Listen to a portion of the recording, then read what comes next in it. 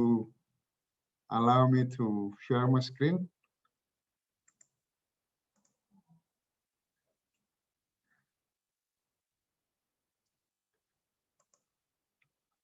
So welcome everybody. It is nice to have you all. We have a great number of people here. And I would like to welcome you all. We also have some distinguished guests and speakers that I will introduce them to you. We have been working for a long time to organize this event because we believe that is the minimum we can do in order to help the industry in the process of recovery.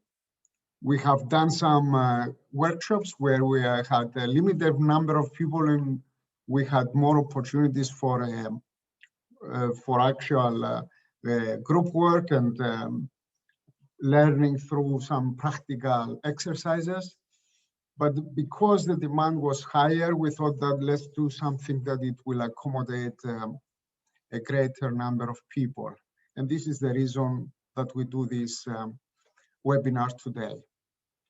And in order to make it richer, we had the pleasure to welcome also some panelists that we will introduce in a couple of minutes.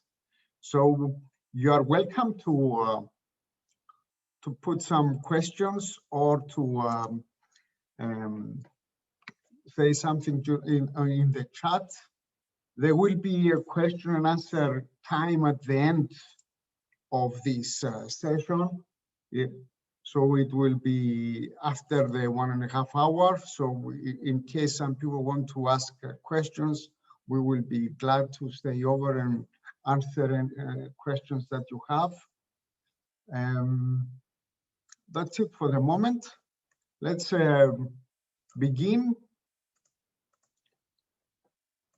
We have a few presenters. One is Mr. Vasos Lapa from Kratis.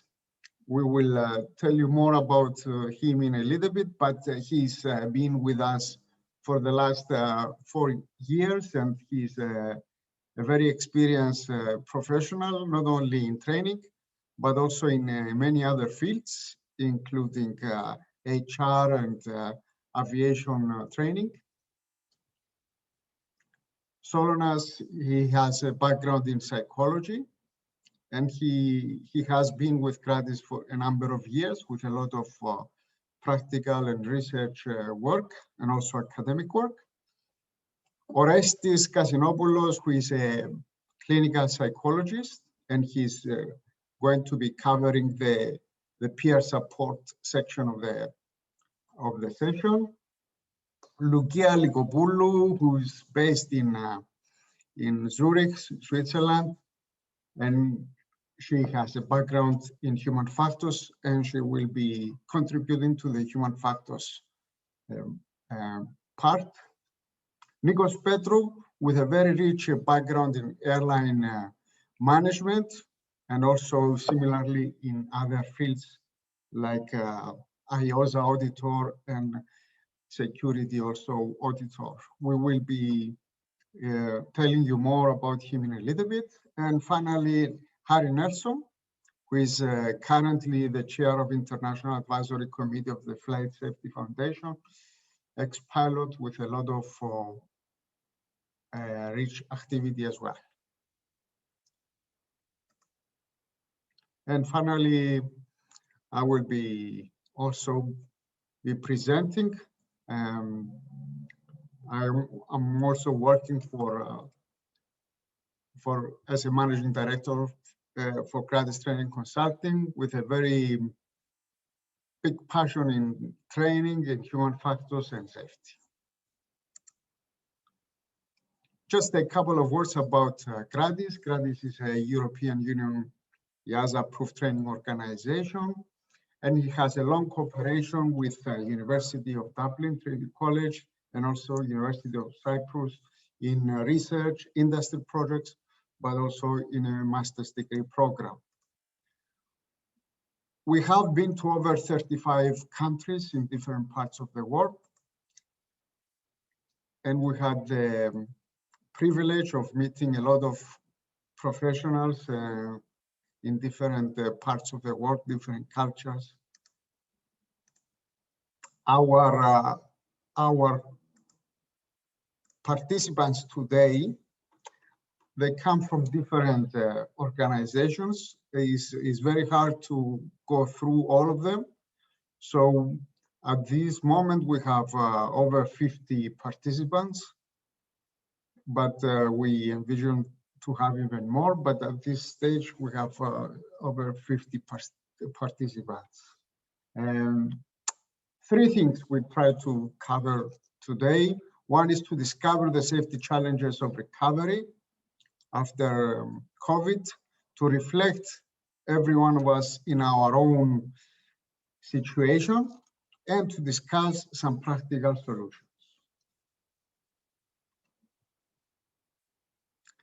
The program will cover two stages. One is the general challenges, and we try to talk through these, through the SMS, the risk assessment, and the issue of resilience, and then human factors, and we will talk about fatigue, peer pressure. I want to make a start with a small story. Sometimes it's good to bring some points through some stories. So what is the story? We have two colleagues here. One is Sam, who has just arrived at work after 1 year being away due to the COVID situation. And we have John, that he was away as well for over a year, and he returned back 1 month ago. And we'll be glad to have them both here, and they will be taking some conversation. And after this, we will have a small quiz or a small poll where we will discuss some of what we have heard, some items and some main elements about this organization. So if we can have also Vasos with us. Hello, Vangelis. I need to Solonas. Okay, thank you. So hello, everyone. Nice to be here. My name is Vasos Lapa, as Vangelis said. But for now, I will change my name to Sam. I will be Sam for the next few minutes. Going back to work, starting my first day at work today. So hello, John. Hello. Let me just put my name as well, change my name as well, if you just a second, just to make the things correct.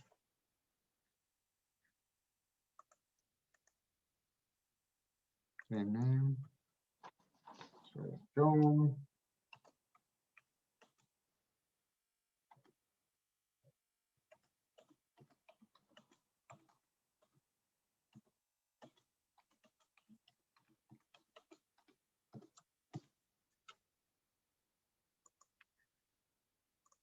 So, hello, Sam. So it's been a year, huh? Yes, it's been a year, and now I'm back. That's nice. Nice to see you again. Likewise. So how are you and the family? We have all been through COVID, you know, but we're okay now. What about you? We are all doing well. I'm so happy to be back. As you possibly know, things are not the same as before. A lot of colleagues left, and unfortunately, most of the experienced ones. Also, we have many new managers. Most of them are very busy and hard to talk to. You will see by yourself that the team spirit also is not the same as before, you know? Mm-hmm. Yeah, I've heard. Well, at least the workload should not be as much now, is it? Well, we have very few flights, as you know, but they are increasing now day by day, but staff are not many compared to the flights. So we need to continuously be on our feet to meet these demands. Well, we have always been running, my friend. We're used to this, so it is much better than sitting home doing nothing. It's good to be back. Yeah. Well, fully agree with you, but we face a lot of issues new issues every day, and it seems that we are expected to do the job even if we take shortcuts, and this is worrying for me. Well, I guess everyone is concerned with the survival of the company. I understand, and also everyone is afraid of losing their jobs, so they are willing to do anything. Many times we do things that we would never do in the past. What happens with hazard reporting? Aren't people using that? Not much, as far as I know, and possibly again because of fear. What about the action group? What happened to the action group? It was working so well before. As far as I know, it hasn't met for a year now. Jack, the safety manager, you remember him? Yeah. He left, and Nora took over. As you know, she's a nice colleague, but she has no operational experience. She promised to organize a meeting next month, and hopefully we have the opportunity to talk about these things. So I guess for now, a lot of the safety problems remain unsolved. Exactly. Also, the SMS has been put aside. Not much is done about it. On the other hand, I appreciate that the managers are terribly busy trying to deal with operational problems. Yes, I understand. What about you? Have you already been through some of the e-learning training? Yes, but you know how it is. It's just a tick in the box. Well, you probably get some classroom training now that you arrived. Yeah, how is that one? How is that going on? Well, the trainers are doing their best. You know, I have to say that. The training, of course, it meets the requirements, so it makes us current, I guess. But for me, the training is not addressing the real issues that we face now. And I believe this is what the training should be about. Yes, totally agree. Well, it's already 8. I need to go, my friends. Take care, Sam, and see you later. Yes, bye-bye. Bye-bye. Thank you very much, Vasos.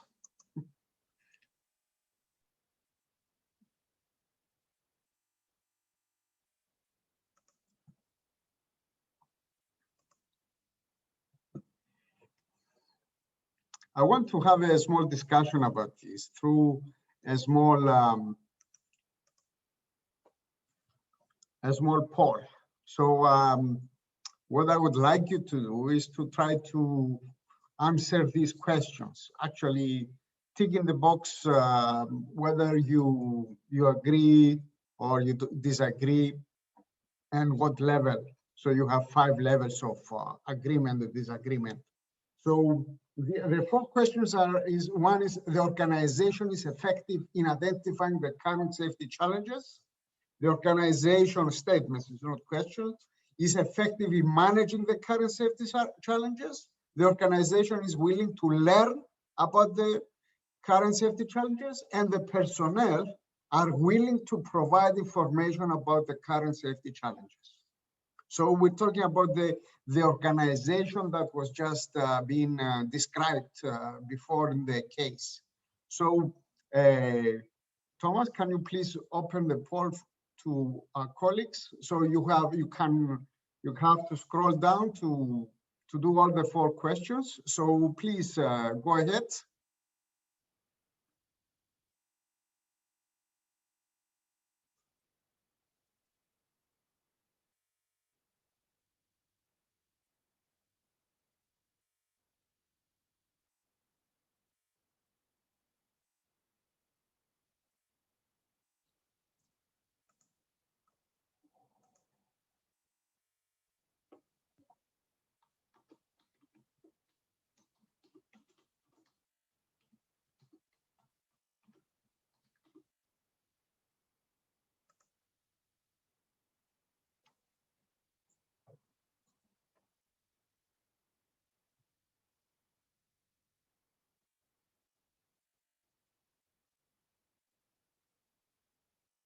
Thomas, how are the votes? Are we there? Do we have enough? We have maybe 30 more seconds. Okay. So please take the opportunity to take the rest of the votes.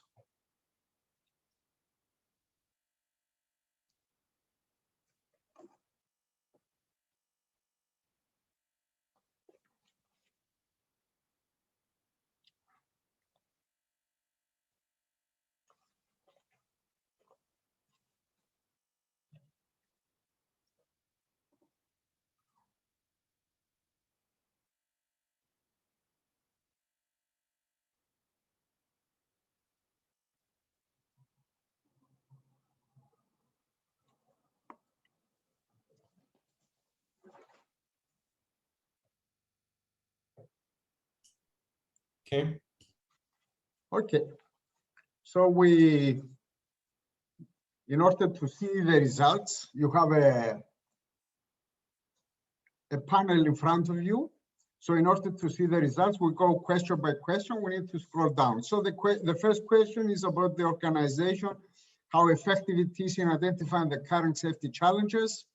So there is obviously a disagreement that most people, actually some people agree. So and some people disagree. So it's divided between agreement and disagreement. So some people believe that the organization is actually able to manage. And what about the next question? The organization is effective in managing the current safety challenges. So I guess here the majority is disagreeing. And then the organization is willing to learn about the safety challenges.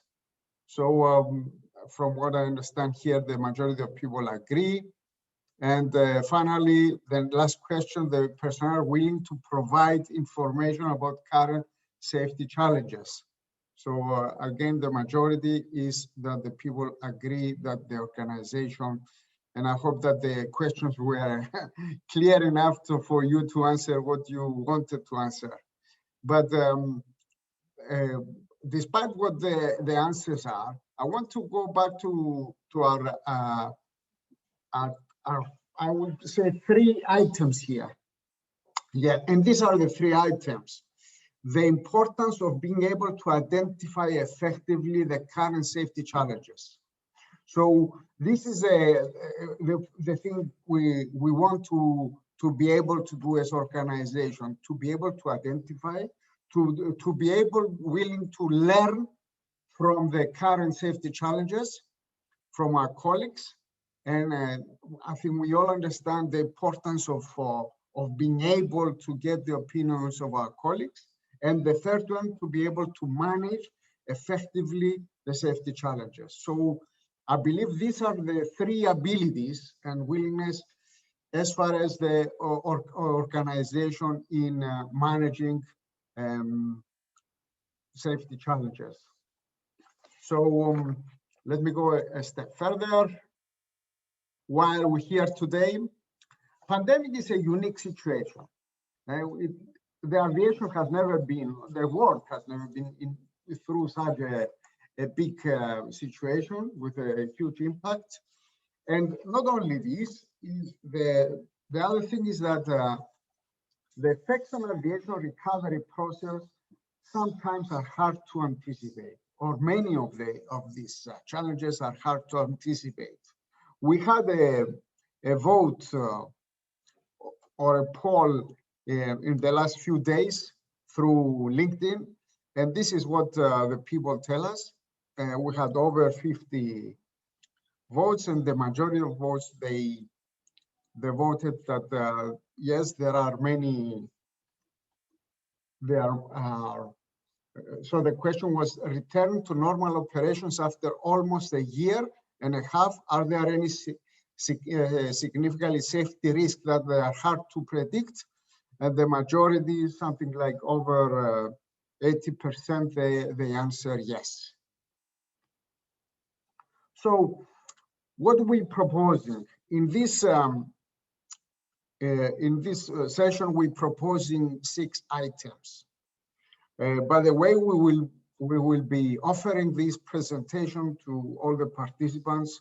So you're welcome to take and use the material that is given in this presentation. So the first thing is to identify the challenges.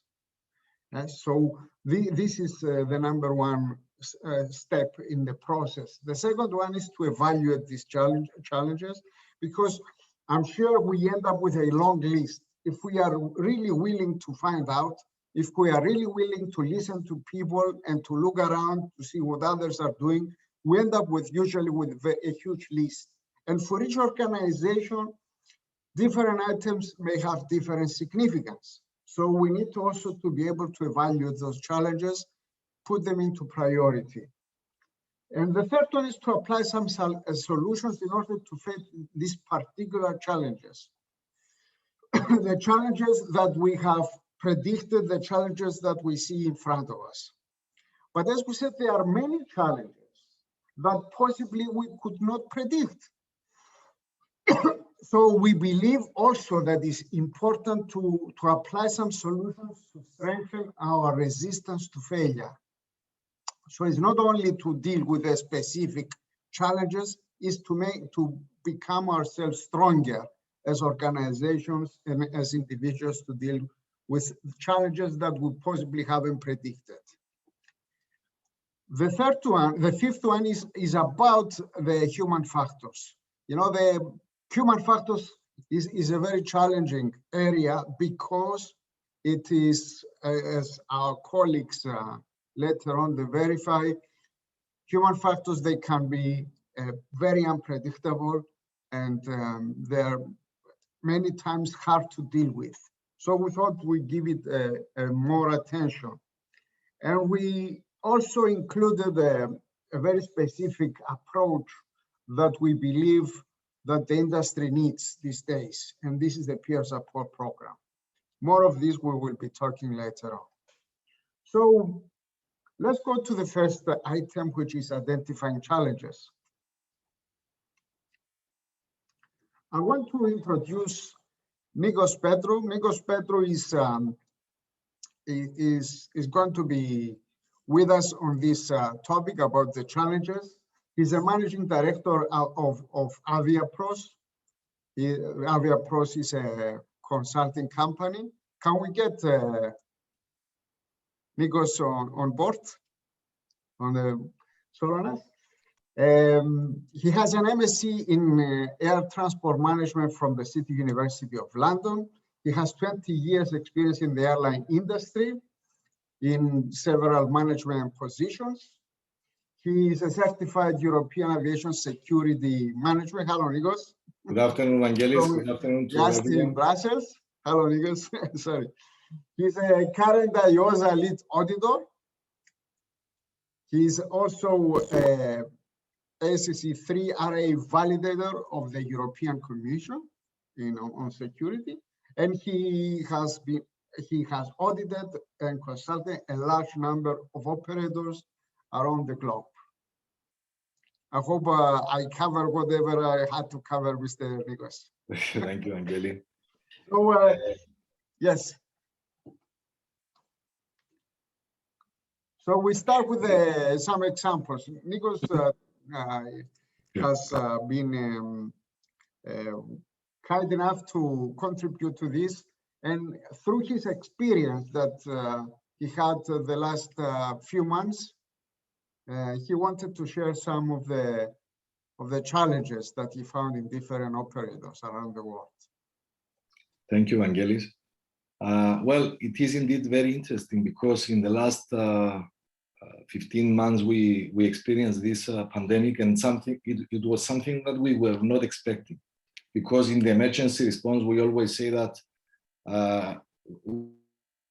we can predict the situation, we can prepare for the response. But in this case, the pandemics we experienced in the past, like the SARS and the MERS, were not so serious, so we were not prepared for this. I was privileged to do a number of IOSA audits in the last few months after October, when things started to move again. A number of them were on site at the premises of the airlines, and some of them were remotely, because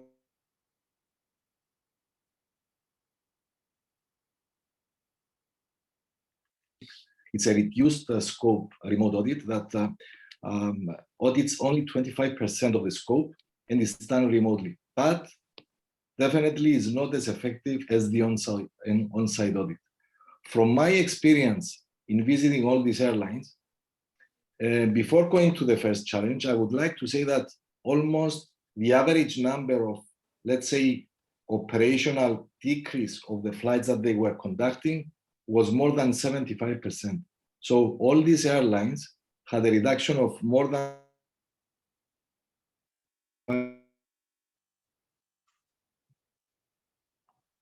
challenge that I had seen during my visits, and it's very important, because we also have a chapter at the end of the session, are the human factors, and definitely the human factors affect how we do things, how we do our job, and how our performance is.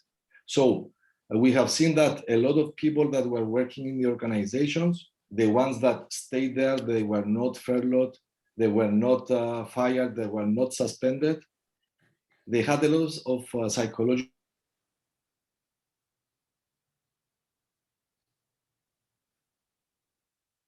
part of their family was going through this COVID disease. The other stress is the fact that they felt this job insecurity. And sometimes when your own organization has some problems, for example, financial problems, and there is, let's say, a fear that you will lose your job, still, that the industry is huge, you can go and find a job somewhere else. But this is a situation that affects everyone. So that, especially aviation, which is so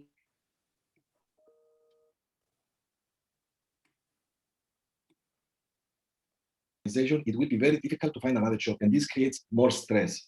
Apart from that, we have seen that because of the fact that the airlines do not generate any income now, and they have some financial issues that we will see later, they work with skeleton staff. A lot of people have been furloughed, and the workload is too much, because they also have to deal with some additional requirements.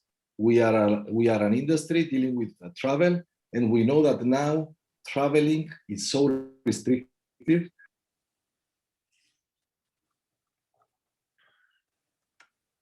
A lot of, and definitely this is something that may pose a hazard to the operations. The second one is regarding the training, the recency, and the skills of the people. Due to the pandemic, again, we've seen that a lot of people are working from home. They have been furloughed, they have been fired. So a lot of trainings have expired.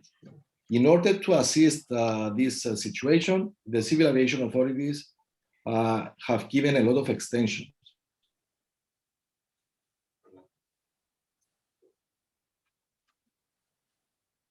Gap, this lack of practice may create more problems. And don't forget that all the airlines now are working with the skeleton staff. They are just managing to cope with the workload.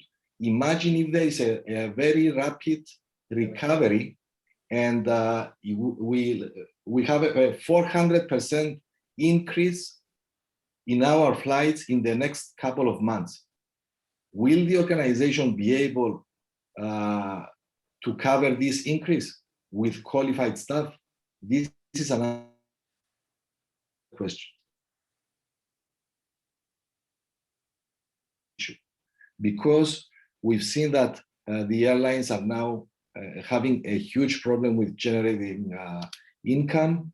The expenses are huge. We've seen huge ships, huge organizations that were doing very well before the pandemic, and now they are in serious problems. we have seen that a lot of countries have actually subsidized the airlines because they were about to collapse. And after the recovery, there will be actually two kind of airlines, because the new airlines that will, that a lot of agreements are now much cheaper than they used to be. So there are concerns if these financial issues will be restricting the budgets and the resources that are needed for the safety. If there would be a corporate pressure like you did the story in the beginning, and also if there will be some, let's say, discounts on the number of personnel or the equipment. The fourth one, maintenance issues. We've seen a lot of aircrafts being in storage for a very long time, or in maintenance of these aircrafts has been done, and if they will be airworthy when they have to start flying again. And the same happens with the equipment in all, let's say, the stakeholders, in airlines, in airports, in ground service providers, ground support equipment, airports. We've seen that a lot of airports are not, let's say, utilized 10%. So the runway surfaces, the taxiways, the wildlife is populating. So there are different.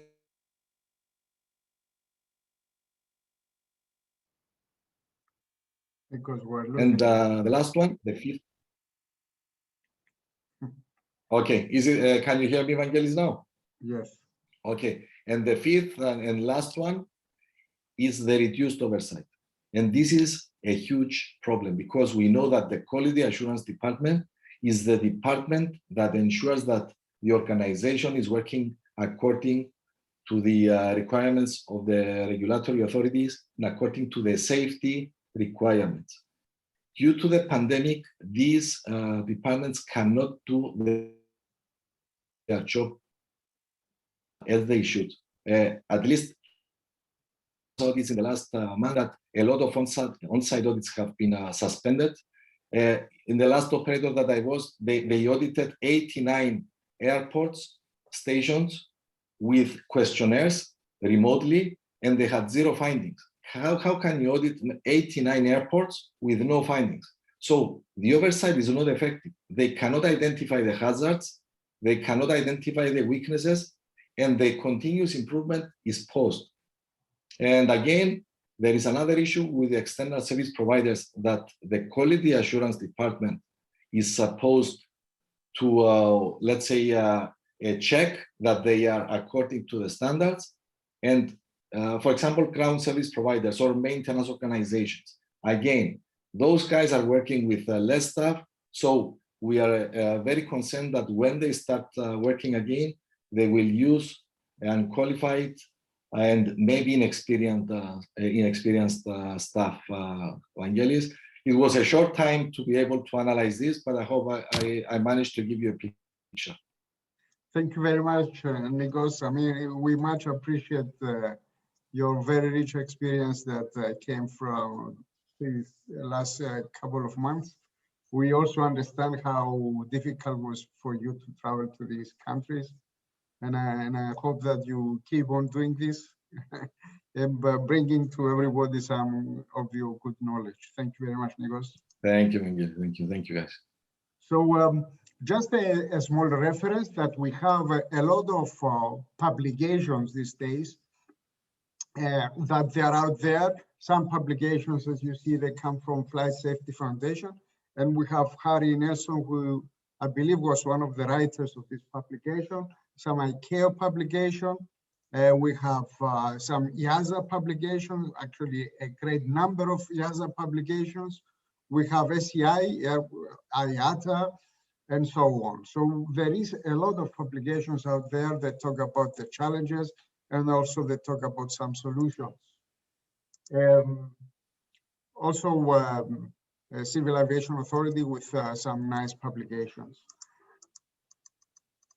I will go back to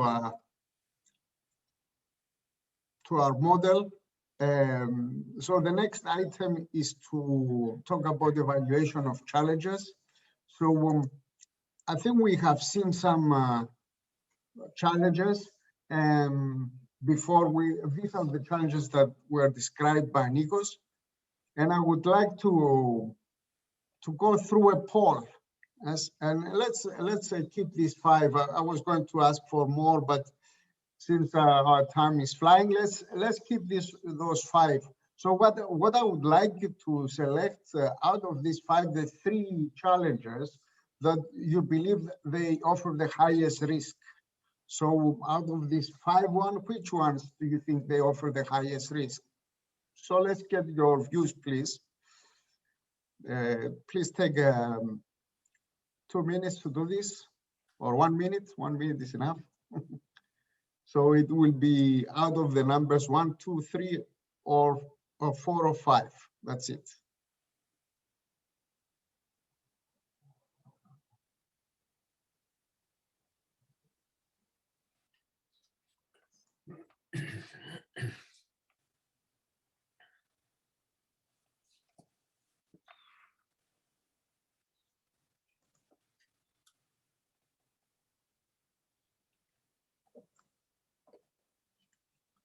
So let me know when we have a lot of results.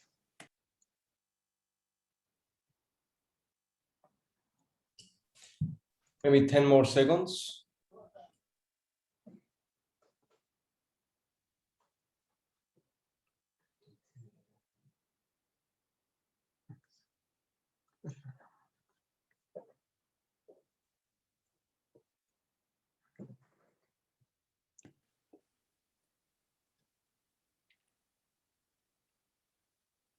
Okay, so out of these results, we have, it seems that number 1, which is human factors, is the highest one. Then is maintenance is number 2. Then we have reduced oversight number 5, and financial is the final one, is the lowest one. So this is, I think human factors is true that it is one of the biggest challenges that we have. I know that in other sessions that we have, financial came number 1, but I can understand that different colleagues have different opinions, but I appreciate also that human factors can be very, very high in as far as risk. Now, thank you for this vote. But now the question is, how do we get into this safety level of risk? Because we said that we want to prioritize items. So we know where to invest, where to put our efforts. So there is a document by IASA that talks about it's called Safety Risk Portfolio. And it's about the IASA COVID-19 issues. It is 150 pages document. It addresses 48 issues, although some more have been added earlier this month. And it comes into 6 categories: the management system, human performance, training, our data information infrastructure, and financial.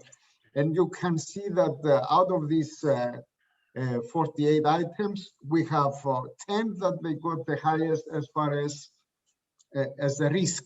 Yeah, so you can see that most of them, they come under management system, human performance, and a lot in other categories. Now, it doesn't mean that each organization should have the same level of risk. So different organizations, they may have different risk levels depending on the type of operations and so on. So we need to consider that. But the question is, how do we get into this? How do we get into these risk levels?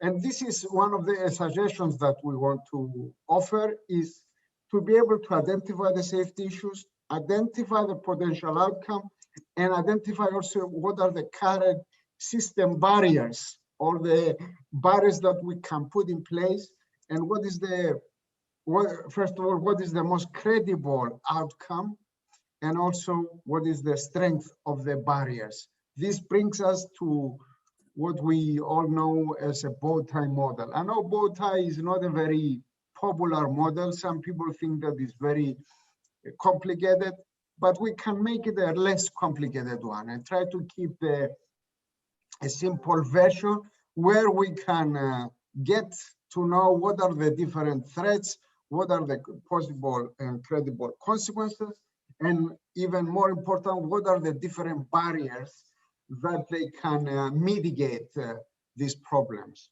So our decisions as far as to level of risk should consider all of these elements. So let's go to solutions. We have talked a lot about challenges. Let's talk about solutions. We have here with us to discuss solutions Mr. Harry Nelson. Harry is representing the Flight Safety Foundation in this. He's a chair of the International Advisory Committee of the Flight Safety Foundation. He used to be a pilot, 12 years in the Royal Air Force, 21 years for BAE Systems, ex-British Aerospace from what I know, 13 years for Airbus in flight test, 5 years in Airbus Product Safety Department, and the last 3 years runs his own consultancy, specializing in human factors in the field of safety and flight operations.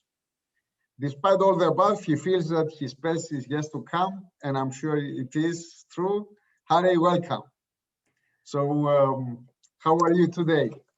I'm very good, Vangelis. I hope you can hear me. We can hear you well.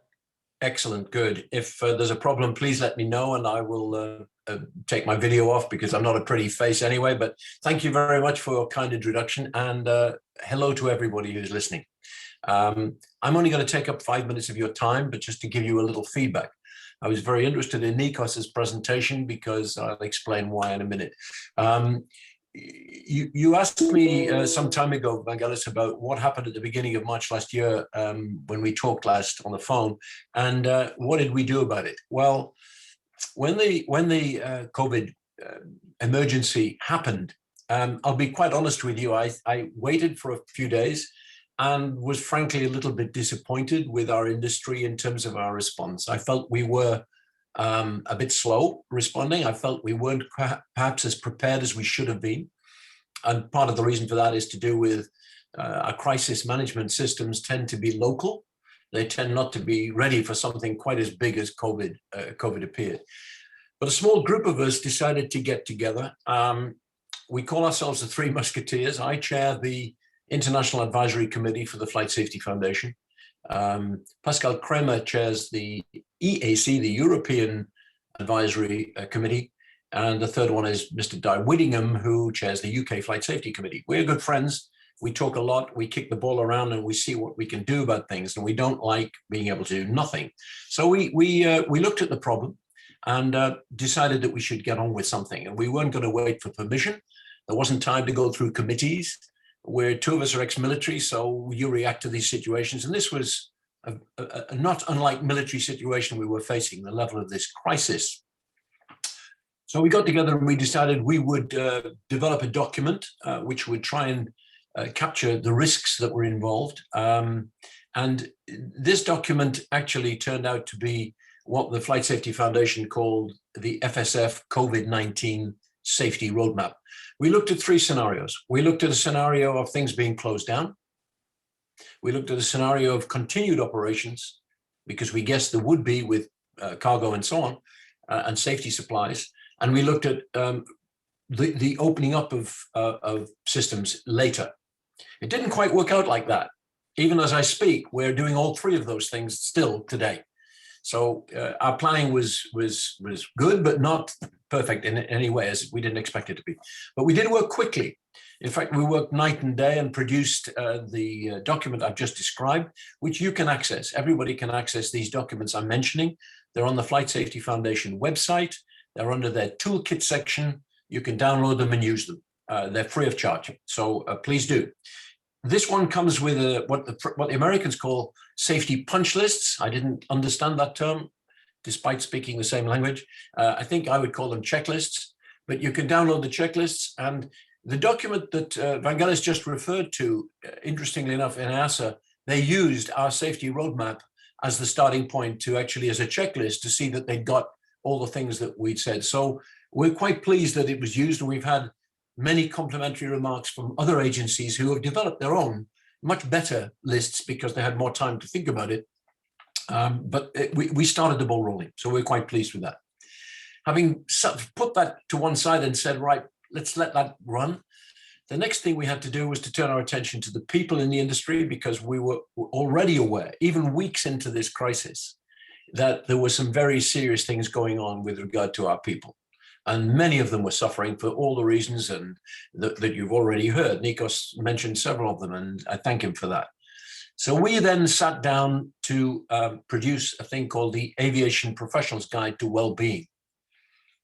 None of the three of us are psychologists, although I have a strong human factors background, but we did bring in psychologists, and it was an interesting exercise because our committee, small committee, went to something a bit larger, and trying to keep 3 or 4 psychologists all organized and pointing in the same direction was quite a trick, but they did a great job and produced what looks like a very simple document, but the science behind it is very good indeed and very solid. And it was designed to help. And if you, again, you can download this document, and the idea was it was meant to help every individual who is a professional in aviation. Then as the year developed, we went on to generate new norms in air travel, where we were looking at the situation going through airports and how we could possibly get flying again. And finally, a more strategic paper, a short one, on the reducing the risk of COVID-19 in air travel, because we were at that point beginning to recognize that the political dimension to us getting our industry up and running again was going to be quite challenging. So I think if I bring you right up to date with where we are today, we still work, the 3 of us, together regularly with and through our committees. But we wanted to see if there was an opportunity to return to a new situation. There was a very big speech made in Eurocontrol, where the boss of Eurocontrol talked about build back better, because within the midst of all this crisis, there were some opportunities, and we had to be able to reach out and capture them. So we wanted to build back better. And we started a program called Learning from COVID, and we limited it to 2020. And that research is still going on. We will produce a report at the end of this of the lessons that we think, the main lessons for the industry. But one piece has been shouting at us since the very beginning of the work we've been doing, and we've already started work on trying to do something about this. It's early days to talk about it, but our recent discussions have revealed that a lot of the decision-making that took place was perhaps not as good as we would like. We felt it didn't take full account of all the risks, and we started investigating why this would be. And actually, it didn't take us very long to realize that there were some significant issues with industry readiness, as I've already talked about, industry resilience, and the industry decision-making culture. We now have, we're clearing the path for the next move that we wish to make, and I'm not allowed to talk about it just yet because it's not ready for announcement yet. In fact, there's a meeting tomorrow afternoon where hopefully we will be able to move more quickly. But we have been knocking on a lot of doors with our concerns about decision-making and how we improve decision-making. And every door we've knocked on, and that includes everybody from ICAO right the way through to all the main regulators, have said, absolutely, we must do this. So it's an exciting program we're developing, so keep an eye open for this space. And with Vangelis's permission, I'll leave it there at the moment. I'll stay with you and hopefully join in the discussion we have. The reason why I want to kill it there is because, as we all know, with experience in this industry, it's very easy to kill a delicate shoot that's just beginning to show on the branch. And we don't want that to happen. We think we want to get some evidence. So the work we're doing will go to workshop by the end of this month with some experts from different areas to test our thinking and make sure that we're onto something very important and something that will make a difference. So Vangelis, thank you for your time. And I leave it there, but I'm sure I'll be with you for the later discussion if there is one. Yep. Thank you so much, Harry. Very valuable inputs, and I hope you every a best of success to your efforts, and I'm sure you will do well. The industry needs these initiatives now, and I'm glad to hear that you professionals like you are doing something. Okay, Thank you very it's a much. pleasure. It's good to be with you. Nice to be with you as well. So according to this small model of this 6-step, we believe that we can manage these challenges in 2 ways. One is to identify and manage each of the challenge separately, and then is to improve the system to be stronger in withstanding challenges.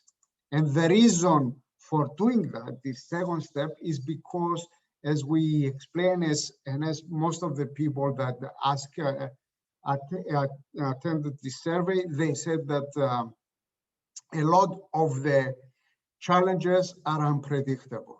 So we need to be strong enough to be able to withstand some of these challenges.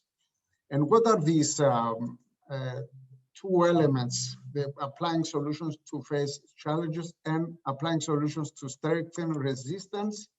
I want to go to this. So what is this? The first one is about SMS, and this is just a Kratis SMS model. It is based on ICAO, but it has a little bit of flow. So it goes to hazard identification, risk control, safety assurance, and safety review. Similar to PDCA cycle for people who are aware of this. And it's also addressing separately the different parts of ICAO model, but with a lot of changes. So we, for example, we included reporting. We move ERP from safety and policy to risk management, and we remove management of change from safety assurance. We included more items under safety assurance and so on. We included also strategy, which also we believe is important. So this is roughly the SMS model.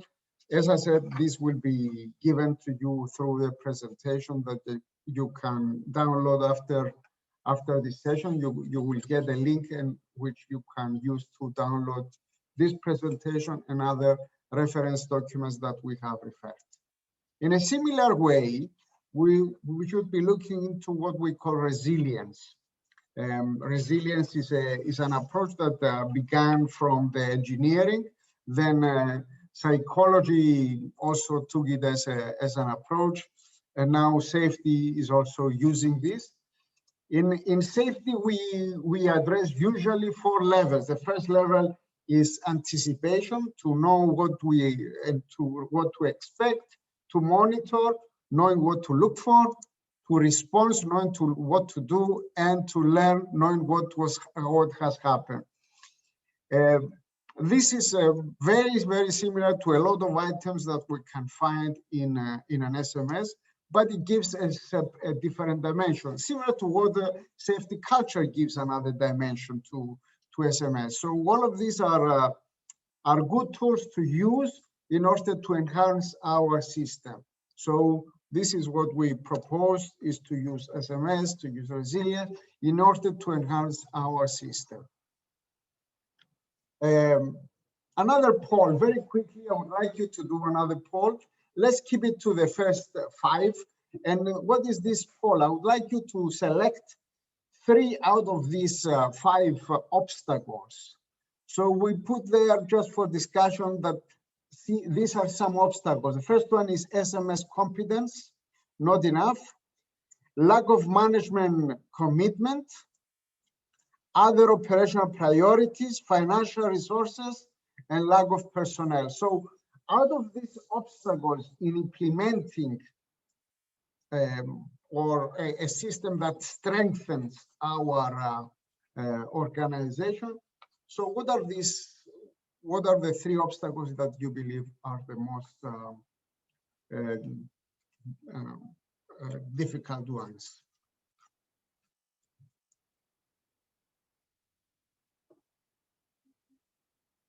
So you select from 1 to 5, please.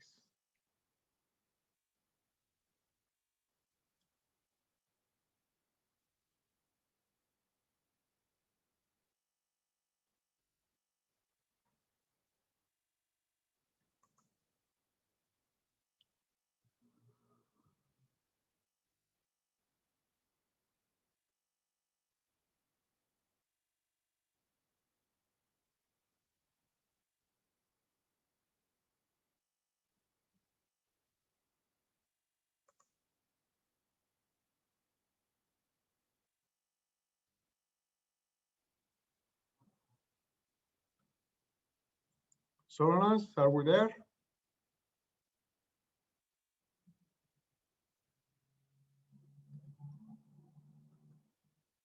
Okay, these are our results. It seems that the number 2, which is the lack of management commitment, is possibly the toughest one to deal with. Then is SMS competence, so a matter of competence on the SMS. The number 5, which is financial lack of personnel, and then is 3 and 4 with they equal. Although all 5 of them, they take very high marks, and I can understand this. So we need to be aware of these obstacles when we try to implement solutions. So if implementing solutions is also a big part is managing obstacles to this, and we need to have this in mind before we launch any efforts to implement solutions. So what are the takeaways for these sections? I wanted to concentrate only on these 4 elements that we discussed: to identify challenge, to evaluate challenge based on mainly on risk, to apply solutions to face the specific challenges, and to apply solutions to strengthen resistance to failure. So we will include also in a presentation a more elaborate approach on each of these steps with some suggestions. But at the moment, I would like to go to our next step, which is applying special solutions for human factors. And I would like to ask my colleague, Vasos, to take over. So Vasos, hello. Hello, Vangelis. Hello, everyone. This time with my real name, Vasos Lappa, instead of Sam. So I will be presenting about human factors, the challenges about human factors. Solonas, if I may be allowed to share my screen. Yeah, Vangelis has to stop sharing.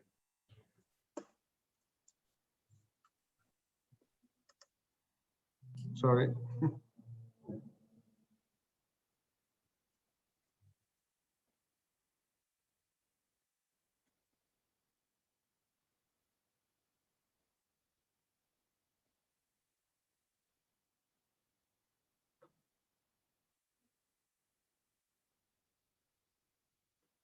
So, Solonas, can you confirm you can see my screen?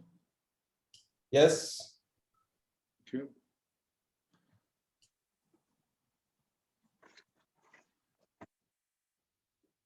Okay, so sorry about this. Let's begin. So my presentation is based mainly on EASA's document, as Vangelis mentioned earlier. There are quite a lot of documentation around about the challenges. And I'm using the one by EASA and also another one by FSF to present some of the challenges in relation to human factors, and of course to discuss some of the possible solutions. So why human factors? First of all, because you said so. In the poll that we have carried out earlier, it was evident that human factors is considered to be one of the major challenges in relation to the post-COVID era. But of course, every professional recognizes the importance of human factors in aviation. In addition, the human factor issues are considered to be high risk because they have no clear potential accident outcome, as EASA says in the COVID risk portfolio, which is the document I was talking about earlier. Also, human factor issues are hard to detect and hard to manage. Even harder, I would say, to manage. So human factors is really a hot issue which we need to discuss. And as identified by the document by EASA, it's one of the categories identified as safety issues due to the COVID situation.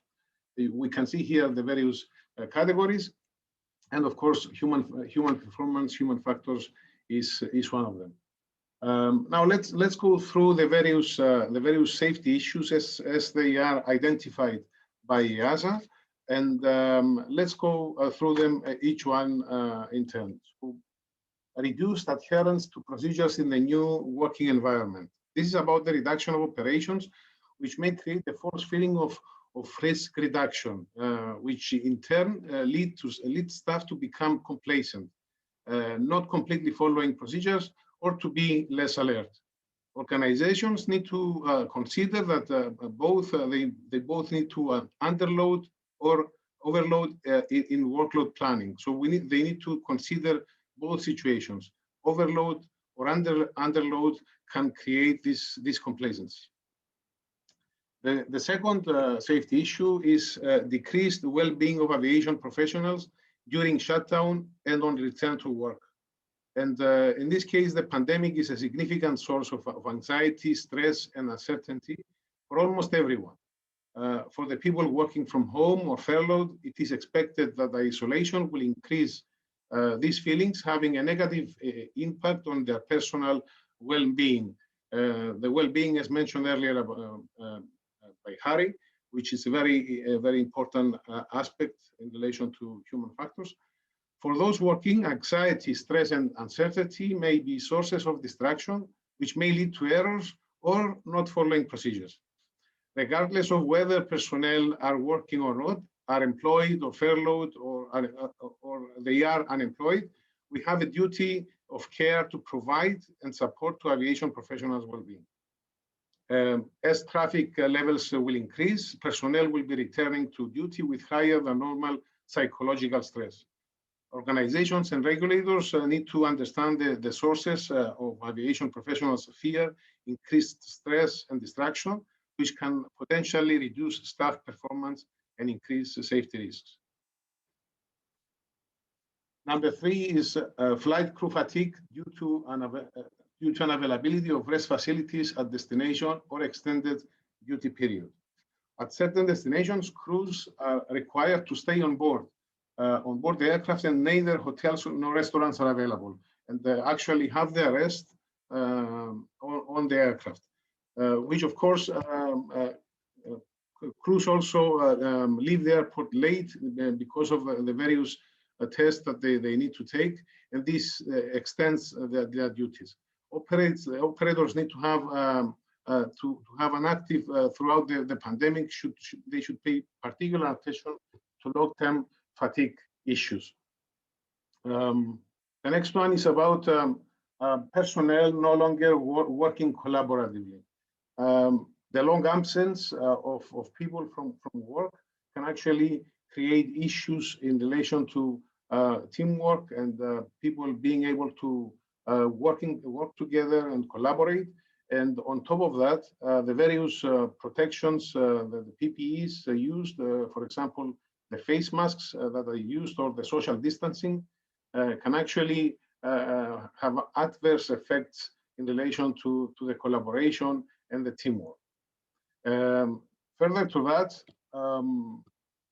aviation personnel fatigue, when due to the redundancy and the furlough, the reduction of staff in most of organizations and working in different shifts and trying to manage in a variety of duties in many occasions can lead to fatigue in most of the personnel. The next one is about unusual approach profiles in the circumstances of the pandemic, the so-called unstable approaches. In this case, during the past 12 months, the rate of unstable approaches has increased. These may be due to factors such as recency, lighter aircraft, or to changes in aircraft routing during the final phases of the flight. The other challenge identified by EASA is roster adaptations to reduce transmission of illness, which may create different team behaviors.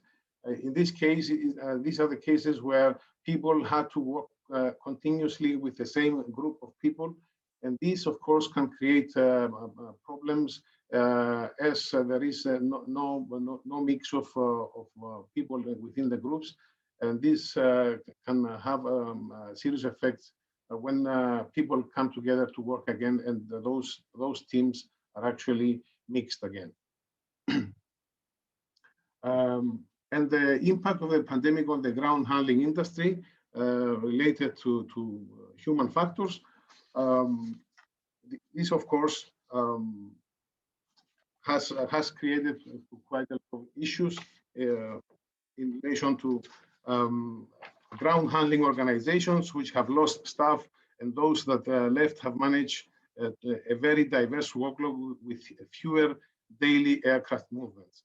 If traffic increases steeply, there will be a combination of staff who are no longer used to a busy airport environment and the newly recruited staff. So there could be various issues there. The poor employment conditions experienced by many in this aviation domain may have worsened the impact of the pandemic, both personally and professionally. Now, in relation to the Flight Safety Foundation's challenges as identified by the Flight Safety Foundation, fear, uncertainty about the situation in the future, increased stress, increased pressures, distraction, complacency, physiological reasons, and psychological reasons. Now, in this case, let's have a poll again on these issues, with the question being, which one of these human factor challenges or issues do you think will create the greater risks in most aviation organizations? So just select one of these that you believe is the one that will be the greatest issue and will have the greater risks in aviation organizations. Let's have a few seconds and let's see which one we believe.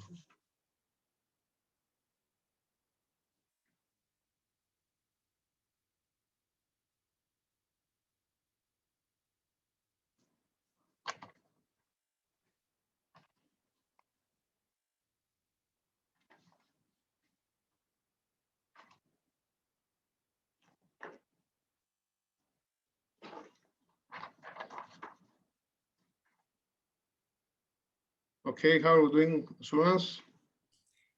Also, maybe 15 more seconds.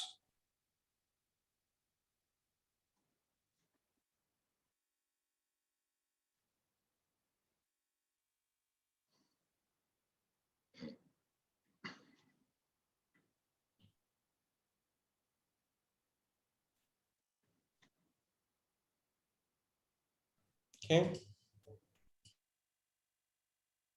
Okay, can we share the results? Okay, so uncertainty is definitely seems to be the #1 risk about the situation in the future, which of course may be the reason behind many others like fear and stress and other issues. Of course, this is an indication. All of these are important, and we need to deal with all of these. But apparently, this gives a picture of what most of us believe. Okay, thank you so much. Now, at this stage, I would like to invite Dr. Lukia Lugobulum to join us to share some of her experiences in the company that she works.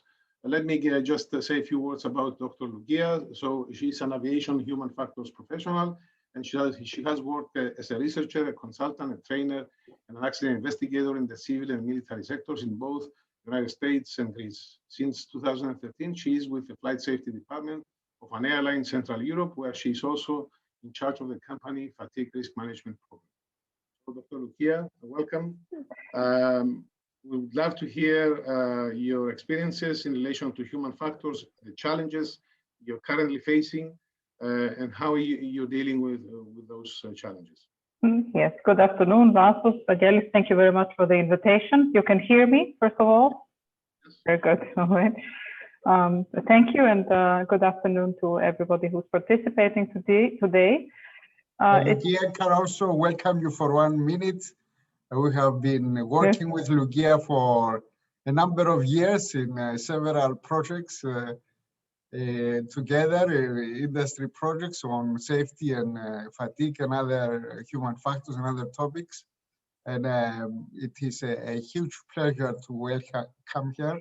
Lukia worked, he didn't say anything about her very rich background, but she worked for NASA for many years. She also an author of a few books on human factors, and she has a wealth of information to share with us. And we're so privileged to welcome her. Well, thank you. The privilege is mine, and then you just interrupted me. I was going to say exactly that. That I'm very happy to be back on in familiar company after many years of collaborating with you and your team, Vangelis.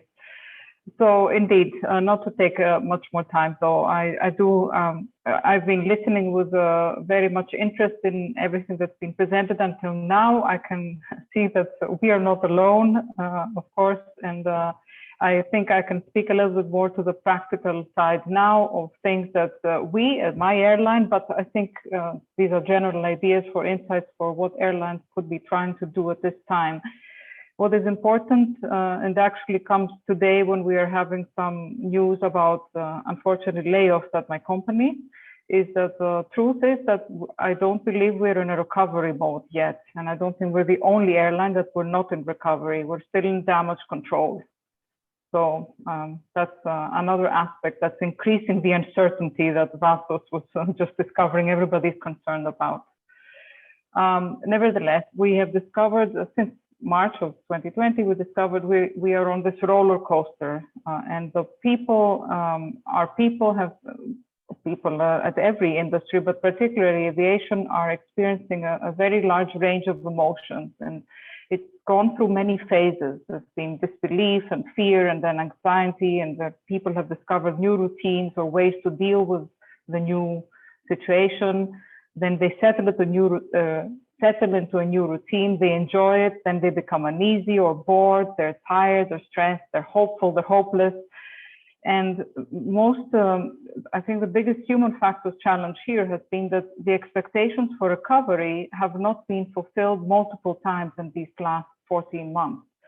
So there's a little bit of a sign, and then it goes again down, and again everybody's disappointed, and then there's some new prediction and everybody is disappointed again. So human factors wise, if human factors are always a challenge, now they're even more challenging. And our people and what we are struggling with in general for all staff, but particularly at the flight and cabin crew personnel level, where I deal more immediately with, is this idea that some people are very engaged to the company and some people are just really disengaged because they're not involved, or because they have been, in the meantime, as we expect, they're involved in other things because life goes on and they have to also deal with their personal situations. And again, there's a roller coaster. Sometimes one person is engaged and sometimes disengaged. It's very hard to predict. So one thing that I think we've been applying from the very beginning, and I strongly think is the most important thing at this time, is because we don't have prior experience and we don't have data, we need to acquire new ways to find new ways to acquire data and to react quickly. And one of these things has been through communication.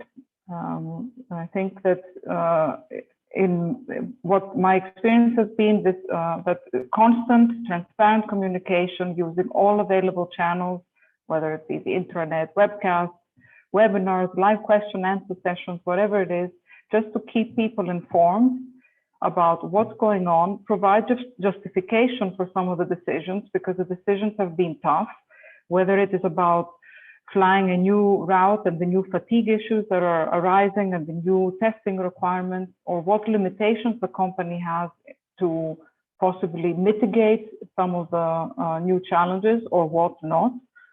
I think communicating all this at the very basic level is perhaps the most important thing that can be done. So whether it's the company at large for all its staff, or it's the safety department for the flight safety for the flight personnel, or whichever department it is. And that has been then, what's important is to stay in touch and keep feeling the pulse, asking people how they are, listening and learning. Because like I said, we don't have previous experience and we don't have data.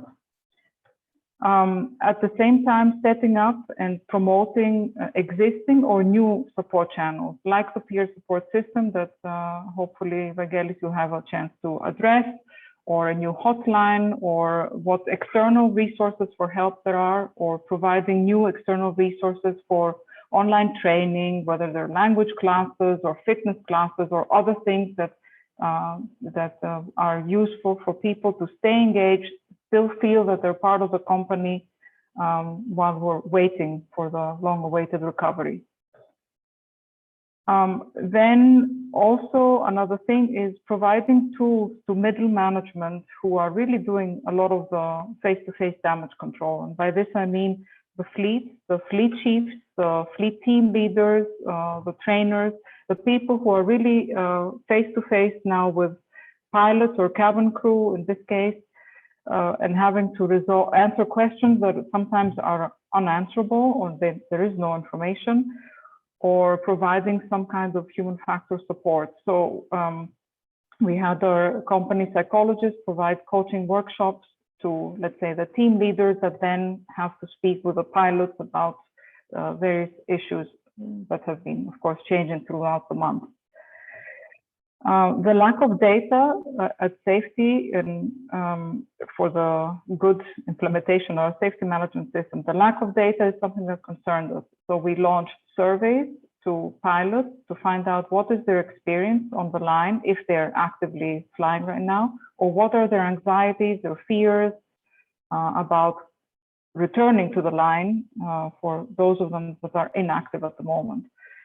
So surveys to feel the pulse and find out what are pilots and cabin crew afraid of, or what are they experiencing.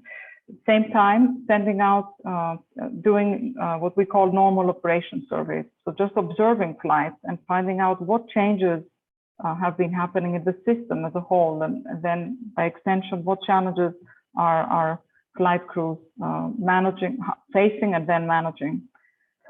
And then all in this context of providing tools, giving input to various fleet workshops that have been organized, voluntary participation by pilots and cabin crew to constantly have information in smaller groups, not just announcements on the internet, but smaller question and answer sessions about psychological, technical, training, operational, performance issues, about the risk assessment processes that are always going on at the airline, etc. And then also providing advice for some issues. The SMS, at least we have been fortunate that in some ways our SMS became even more important at these times. We are conducting a large number of risk assessments, more than usual, I would say. And of course, there are many more issues, but they're more prominent. And we're using the information from reports and our flight data monitoring. So I'm aware of, I just wanted to throw out some ideas that maybe are useful to some of the, just to talk about solutions.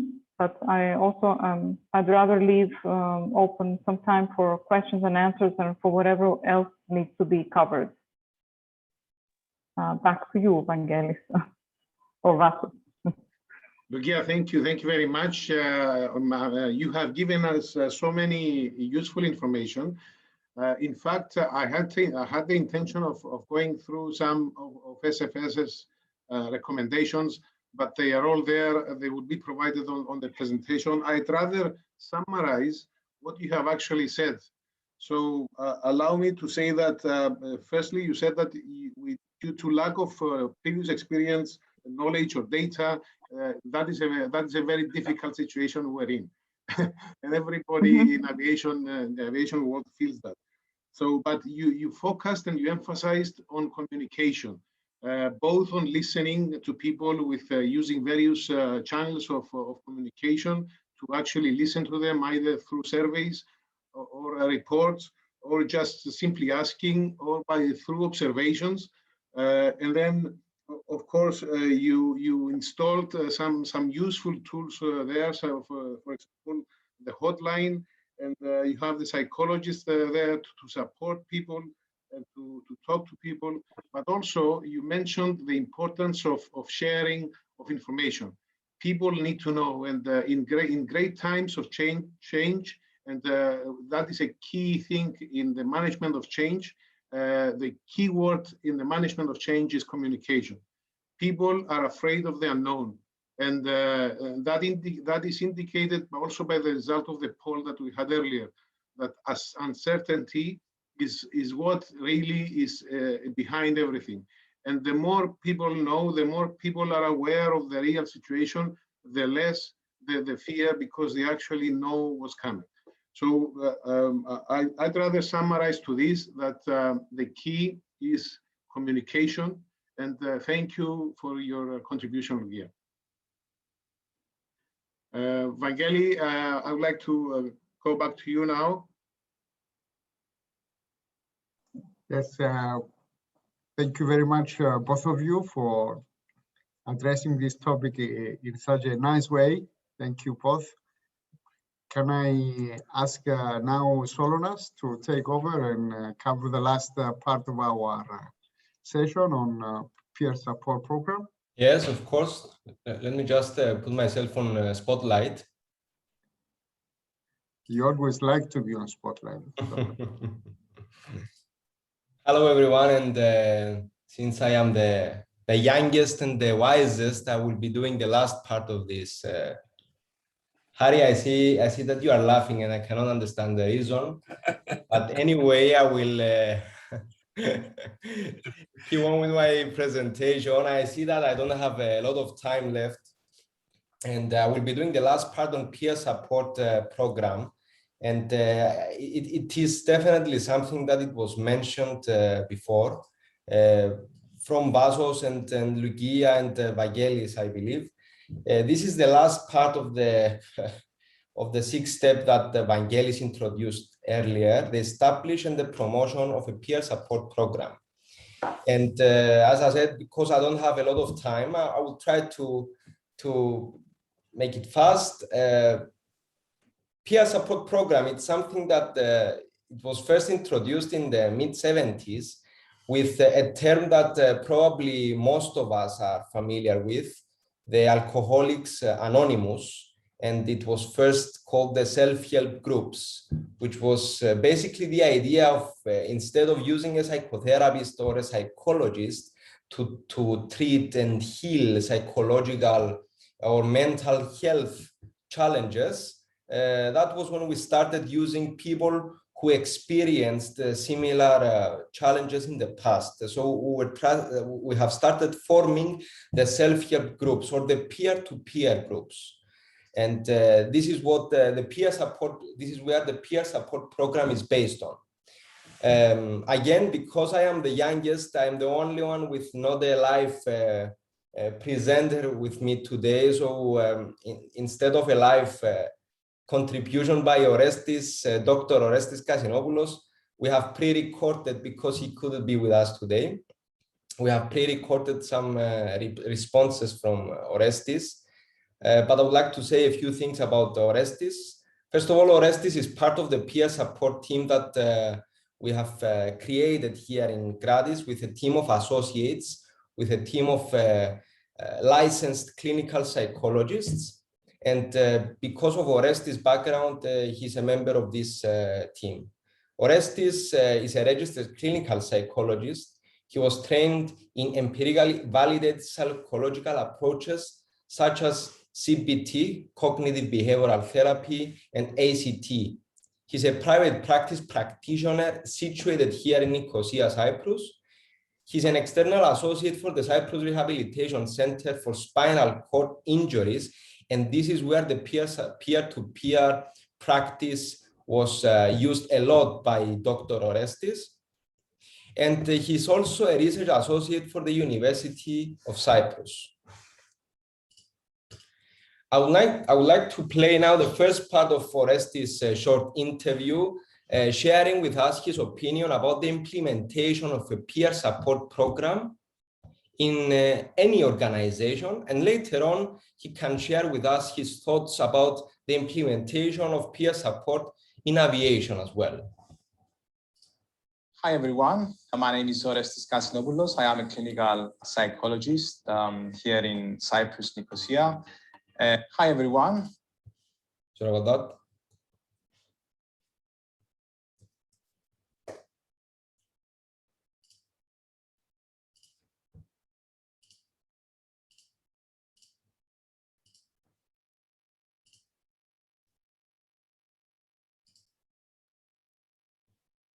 Hi, everyone. My name is Orestis Kassinopoulos. I am a clinical psychologist here in Cyprus, Nicosia. Apologies for not being able to attend the meeting with you today, but I hope I can be helpful to you by trying to respond to the two questions digital through the camera.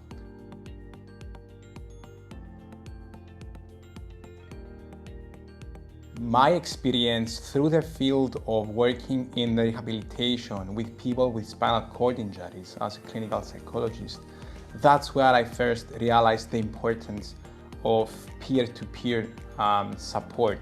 And the idea is that if you have a person who's able to jump onto the other person's shoes to feel exactly what they are feeling, because they've been through that, or they really understand the situation, or they're in the same working environment, then that's pretty useful. And we need to take advantage of, in the good sense, of people who are able to act as peer-to-peer supporters in order to help people going through difficult phases and challenges in their lives. So having a person with a spinal cord injury sometimes receive some help, or receive a normalization, everything's going to be okay, I've been through that, I've had these difficult thoughts and emotions as well.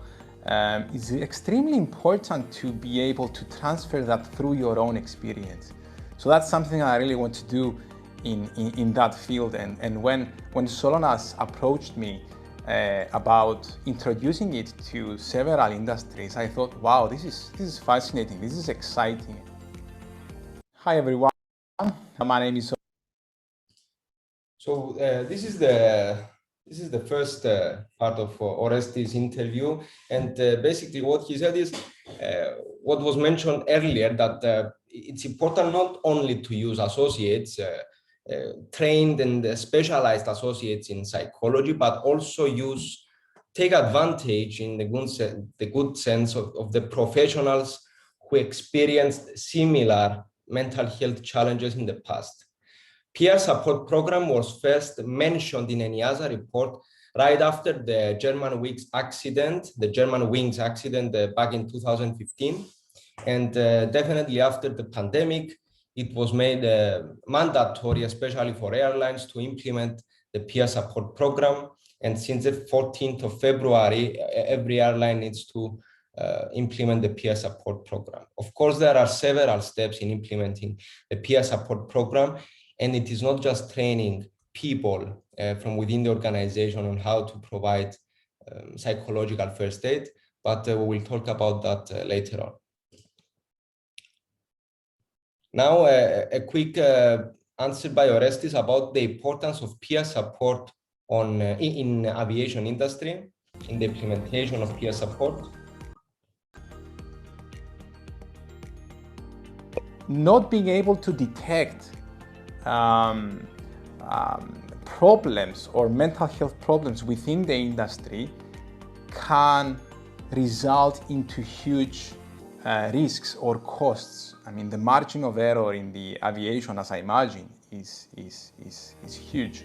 So if we are able to teach colleagues, co-workers how to identify people who are in the front line, usually the first people that identify that someone is in trouble, it's usually friends, family, and co-workers. So if we can train co-workers to pick up the signs, to identify when there's a problem with someone, with a colleague of theirs, we can then teach these colleagues or co-workers to step in, normalize, validate feelings, and simply try to be in their shoes and help them with their struggles. Just sometimes listening to the other person makes all the difference. And if we can train people in the industry to pick up these signs and to help people going through difficult phases in their lives, we can then reduce risks due to error, due to mental health breakdowns. We can improve working conditions and the quality of work, and we can improve the relationships between colleagues. So if you have these three, I imagine it's a very good combination to start with. Okay, thank you, Oreste, even though you're not here with us. So a quick poll, just 30 seconds. Please choose the 3 most common effects on mental health on our performance. I will be sharing the poll with you now, and you have 30 seconds to tell us your opinion. We have examples like memory problems, lack of concentration, lack of communication, lack of situational awareness, sleepiness, lack of motivation, lack of performance insight, complacency, not following procedures, and irritability. Which 3 of these factors you feel that are the most common when we are affected by a mental health challenge? Which of these factors affect our performance?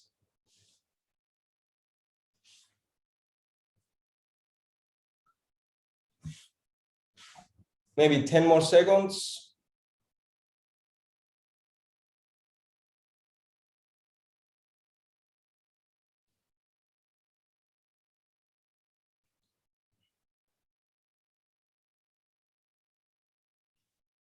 All right.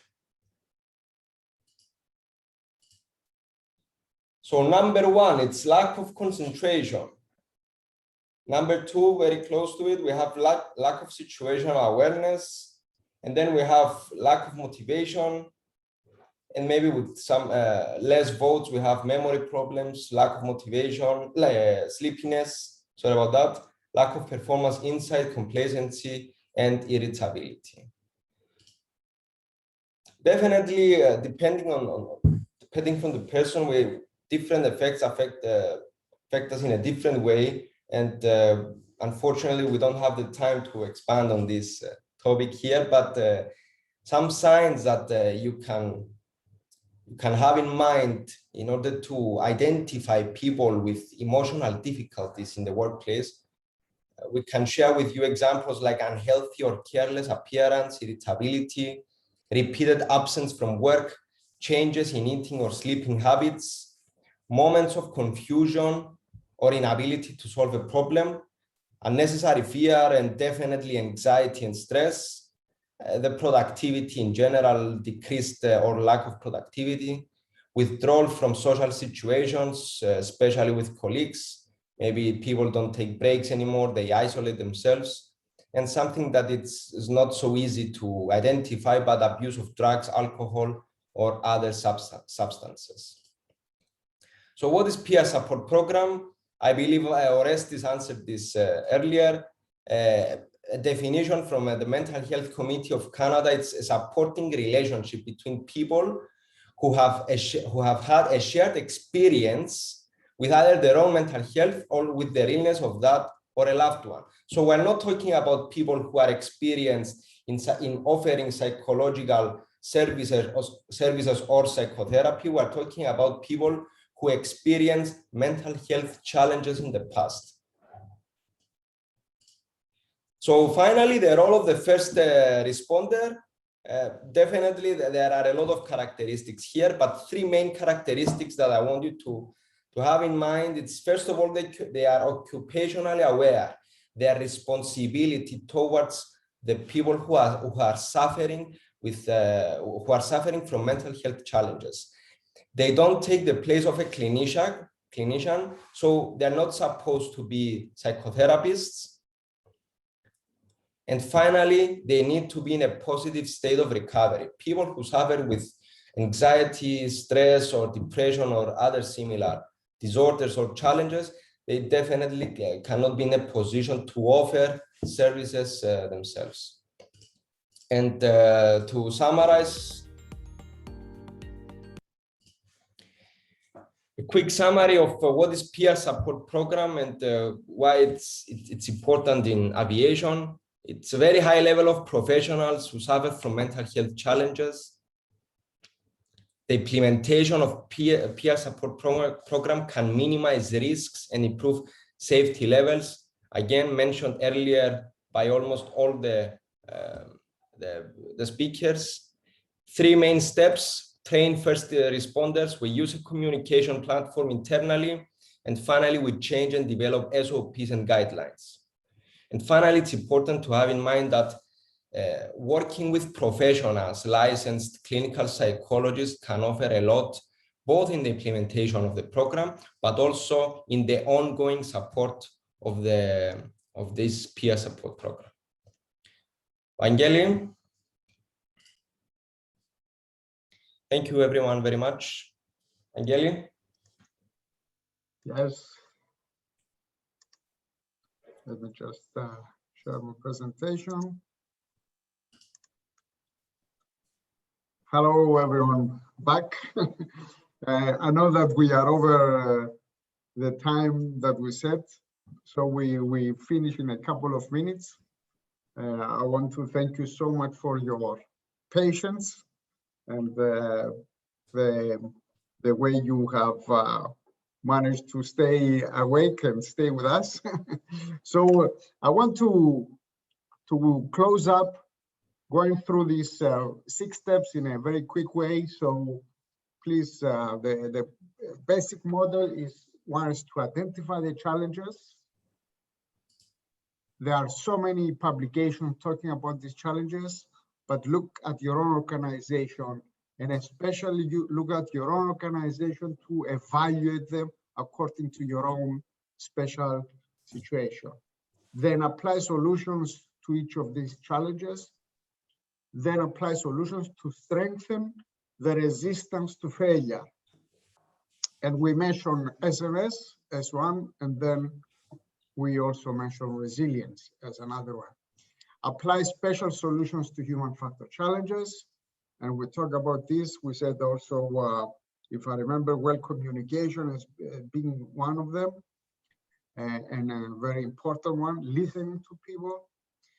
The last one is about the peer support program, a program that we have colleagues acting as first aiders to assist the different behaviors that they need attention.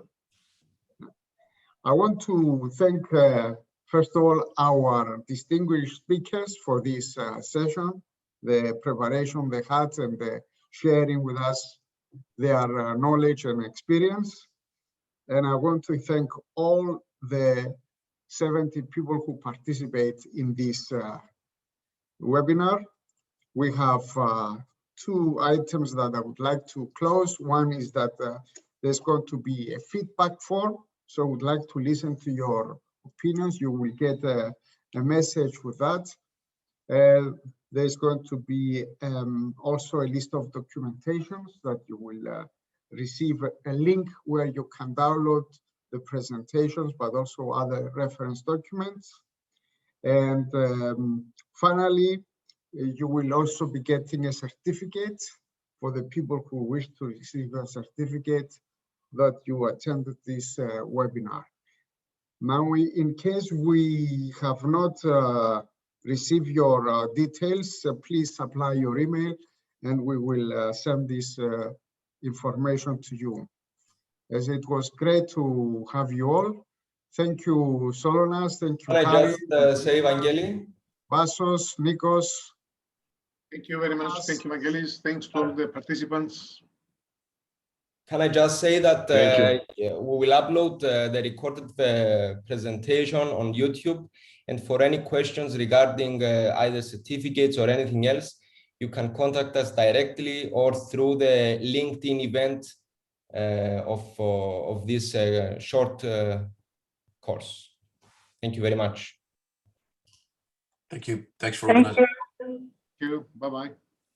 Bye-bye, everybody.